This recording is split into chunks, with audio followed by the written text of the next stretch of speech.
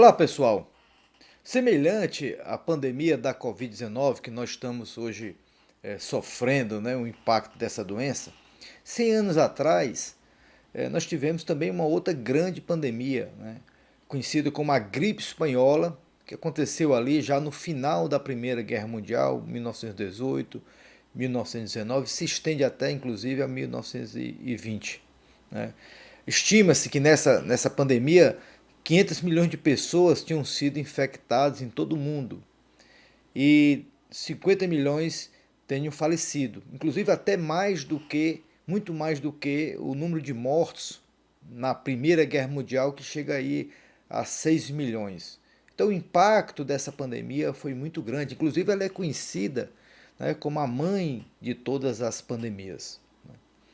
E uma grande característica dessa doença à época foi que ela aconteceu em três ondas. Só que a segunda onda ela foi muito mais letal do que as outras duas e provocou muito mais mortes em todo o mundo, especialmente por conta do movimento das tropas aí já no final da guerra, em que as tropas voltavam para os seus países e as pessoas voltavam contaminadas e ajudou a espalhar a doença em todas as localidades. Já mais proximamente, na década de 2000, nós tivemos também duas doenças que provocaram segunda ondas, como o SARS e o MERS. Mas como o vírus, né, a característica do vírus, ele era muito menos contagiante do que o da gripe espanhola, nós tivemos mais condições, inclusive, de controlar essa segunda onda nessas localidades na Ásia e também a ação, vamos dizer assim, de neutralizar e de conseguir confinar as pessoas contaminadas evitou aí que ela se propagasse em todo o mundo. Né? Entretanto, nós estamos hoje vivendo uma situação no Brasil em que, em algumas localidades, a primeira onda já aconteceu, né? Como, por exemplo, Fortaleza, São Paulo, que foram cidades que tiveram um impacto inicial dessa doença, mas hoje essa doença se espalha em todo o Brasil, em todas as regiões. Então é como se nós estivéssemos ainda numa evolução na primeira onda. E a grande preocupação dessa doença é se realmente ela vai trazer uma segunda onda, ou se nós teremos um ambiente em que uma segunda onda pode vir. E isso é muito mais preocupante porque o impacto de uma segunda onda nas atividades econômicas ela é muito mais sentida, porque, dado a existência da primeira fase, os negócios já estão muito mais fragilizados. E a vinda de uma segunda onda iria contribuir para fragilizar mais ainda a perda do dinamismo econômico, o aumento do desemprego, a redução dos negócios. Então, a discussão toda é saber se nós teremos aí, se temos ambiente para acontecer essa segunda onda da Covid-19 em todo o mundo, ou particularmente no Brasil. E o que é que nós podemos fazer, o que é que nós devemos fazer exatamente para evitar essa segunda fase da doença em nosso país. Então é nesse contexto que eu gostaria de trazer essa discussão para você nesse vídeo e após a vinheta nós vamos aprofundar essas questões. Peço ao amigo e amiga que fique conosco para voltarmos nesse tema. Muito obrigado.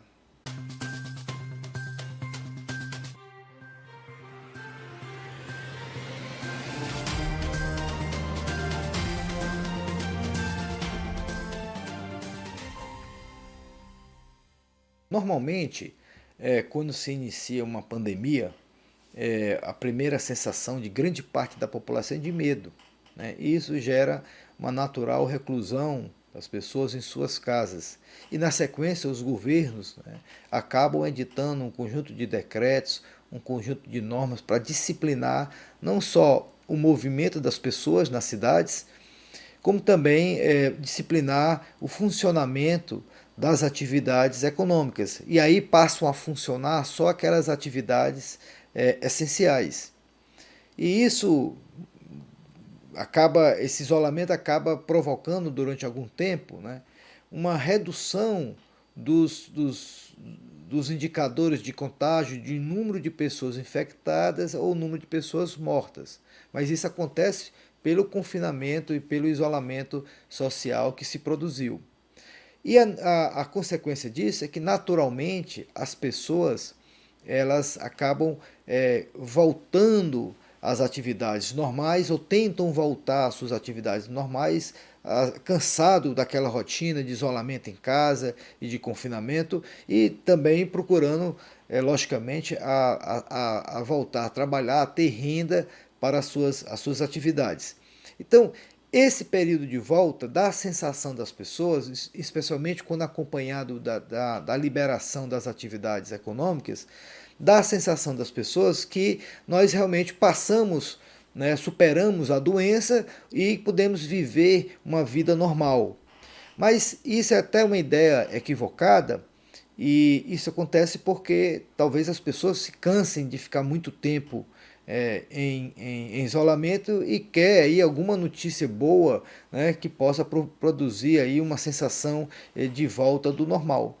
Mas nesse momento, se ainda a sociedade naquela época não tem ainda uma vacina ou não tem um medicamento, essa volta às atividades ela vai acontecer com as pessoas convivendo com com o vírus. E aí há todo o risco de voltar a contaminar e voltar a acelerar os índices de contágio e de morte.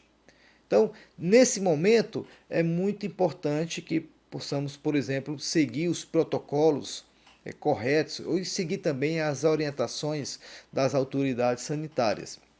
E foi exatamente isso que aconteceu na gripe espanhola. Esse quadro se repetiu e vamos dizer, a vinda da segunda onda na gripe espanhola, porque já no esforço de guerra, a Primeira Guerra Mundial já estava terminando, e aí a felicidade das pessoas acaba provocando esse movimento de sair de casa e procurar festejar e comemorar a vida que voltou supostamente ao seu normal. E a história mostra que teve um grande desfile na Filadélfia, aí no final de setembro de 1918, já nessa tentativa de um esforço final de guerra, de levantar recursos para os soldados que estavam ainda lutando e aqueles que estavam voltando da Primeira Guerra Mundial.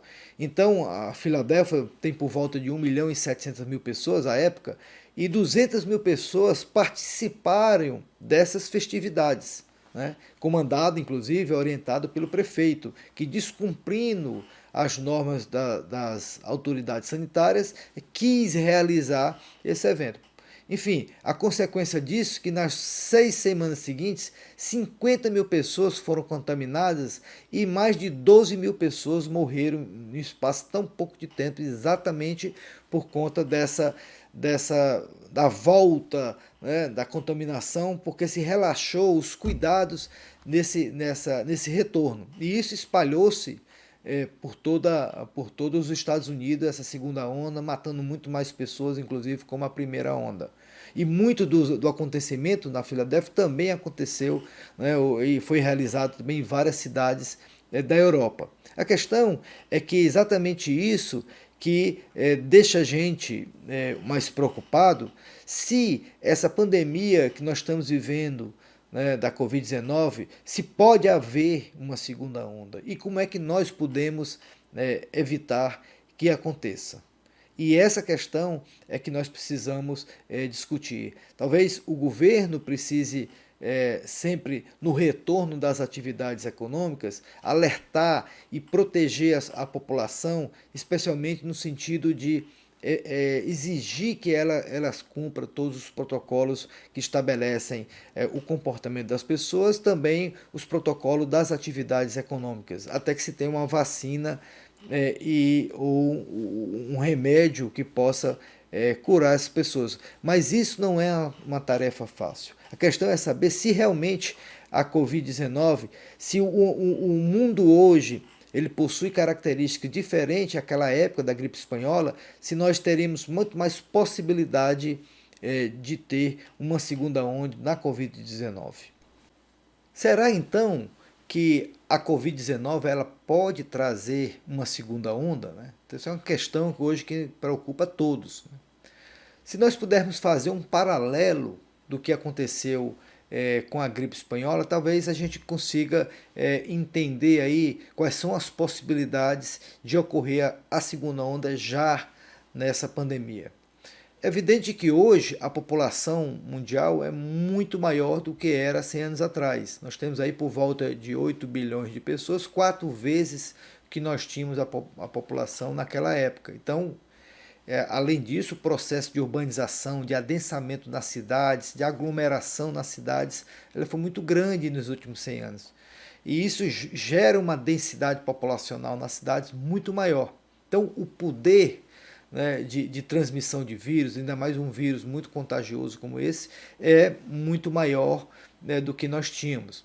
Um segundo motivo estaria relacionado à própria dinâmica econômica mundial. Hoje a economia mundial é muito mais integrada comercialmente, ou integração de pessoas, integração de negócios, do que era 100 anos atrás. O processo de globalização levou realmente a esse momento ímpar na história econômica mundial. Então, por esse motivo também, a possibilidade de transmitir os vírus entre as pessoas acaba sendo muito maior, né? Aquela época, lembra-se que a gente discutiu que quando a segunda onda aconteceu na gripe espanhola, foi pelo movimento das tropas, que levou aí a doença para várias localidades do mundo. Hoje não precisa disso, os vetores de transmissão são muito mais importantes. Um terceiro motivo estaria relacionado à própria estrutura da atividade econômica mundial. Ela é muito mais concentrada no setor de serviços, né, do que era 100 anos atrás, que era uma atividade muito mais industrial. Hoje é muito mais de serviços. Então aí nós temos também todos os serviços de restaurante, de bares, de shows, de aglomerações em espetáculos, o próprio turismo, que teve um avanço fantástico nos últimos anos. Então, essa estrutura produtiva acaba contribuindo também para que tenhamos aí uma velocidade de contaminação muito maior que nós tínhamos durante a gripe espanhola. E um quarto motivo, nós estamos falando que há um conhecimento que talvez esse vírus da Covid-19 seja muito mais contagioso que o próprio vírus da gripe espanhola. Então, essa possibilidade também assusta as pessoas, porque levaria uma velocidade de contágio muito maior. Então, um momento inicial de retrocesso da doença, ela pode vir com grande velocidade. Ainda mais porque talvez no Brasil nós tenhamos apenas 10% das pessoas que de alguma forma já tiveram contato com o vírus. Isso nessa primeira fase, né? Imagina, então, nós temos 90% das pessoas que ainda podem ser contaminadas. Então, se o vírus ele tem uma velocidade muito grande de se espalhar, potencialmente nós temos aí também uma possibilidade de um grande número de pessoas sejam contaminadas.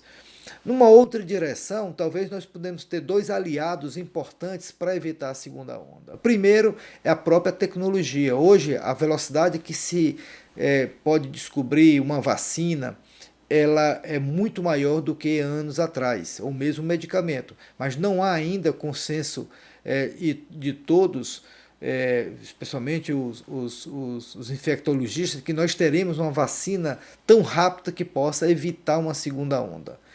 E um segundo motivo que possa ajudar a evitar a segunda onda é a própria existência das redes sociais. A capacidade de comunicação hoje é incomparavelmente superior à que nós tínhamos em 1918. Então, tanto a televisão como as redes sociais podem ser instrumentos importantíssimos para esclarecer as pessoas do perigo dessa doença. Então, nós devemos usar esses instrumentos de forma correta nessa direção e não, infelizmente, usar especialmente as redes sociais, com divulgação de informações erradas ou informações que possam ter um movimento político na direção contrária a que os bons preceitos de combate a essa doença exigem. Então, isso deixa a gente, de alguma forma, mais otimista, mas por outro lado a preocupação com fake news ou com informações equivocadas também pode prejudicar o processo. O certo é que nós temos aí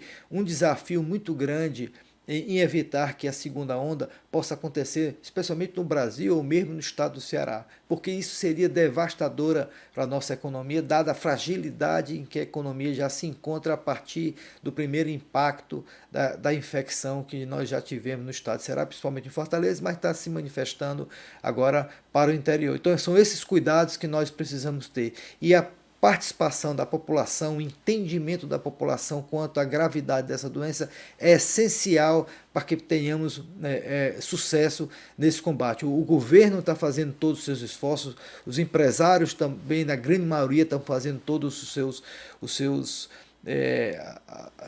colocando em prática tudo aquilo que é possível para combater essa doença e proteger seus funcionários nas suas empresas, mas é fundamental que a população como um todo ela entenda, né, a gravidade, entenda a problemática dessa situação e ela procure cooperar, né, com as autoridades públicas, não só protegendo a si, usando máscara, mas também evitando que outras pessoas possam ser contaminadas. Bom, eu fico por aqui. Eu espero ter trazido aí um conteúdo de qualidade nessa discussão para você e até um próximo vídeo que nós voltaremos a discutir temas de grande importância para o debate econômico e social do nosso país. Muito obrigado e até a próxima vez.